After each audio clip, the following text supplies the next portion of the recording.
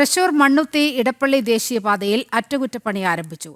Toll പിരിവ് നിർത്തിവെച്ച ഹൈക്കോടതി ഉത്തരവ് സുപ്രീംകോടതി ശരിവച്ചതിന് പിന്നാലെയാണ് നടപടി.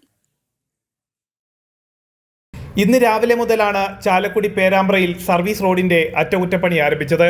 അടിപ്പാത നിർമ്മാണം നടക്കുന്ന മേഖലയിലാണ് ടാറിംഗ് ജോലികൾ ഇന്ന് നടന്നത്. ടോൾ പിരിവ് നിർത്തിവെച്ച ഹൈക്കോടതി ഉത്തരവ് സുപ്രീം കോടതി ശരിവെച്ചതിന് പിന്നാലെയാണ് ടാറിംഗ് ആരംഭിച്ചത്. കഴിഞ്ഞ ദിവസങ്ങളിൽ ഇടപ്പള്ളി മണ്ണുത്തി ദേശീയപാതയിൽ 15 മണിക്കൂറോളം ഗതാഗത കുരുക്കുണ്ടായിരുന്നു. നീണ്ട നേരത്തെ ഗതാഗത കുരുക്കിനെ തുടർന്ന് ചാലക്കുടി നഗരം നിശ്ചലമായത് വലിയ പ്രതിഷേധങ്ങൾക്കാണ് ഇടയാക്കിയത്. സുപ്രീം കോടതി ഹൈക്കോടതി വിധി ശരിവെച്ചതോടെ മറ്റ് നിവൃത്തികളില്ലാതായപ്പോഴാണ് അടിയന്തരമായി നിർമ്മാണ പ്രവർത്തനങ്ങൾക്ക് തുടക്കം കുറിച്ചത്.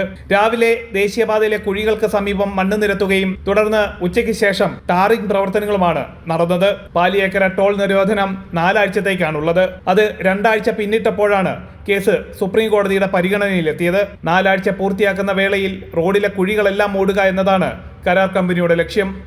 ജനം, തൃശൂർ.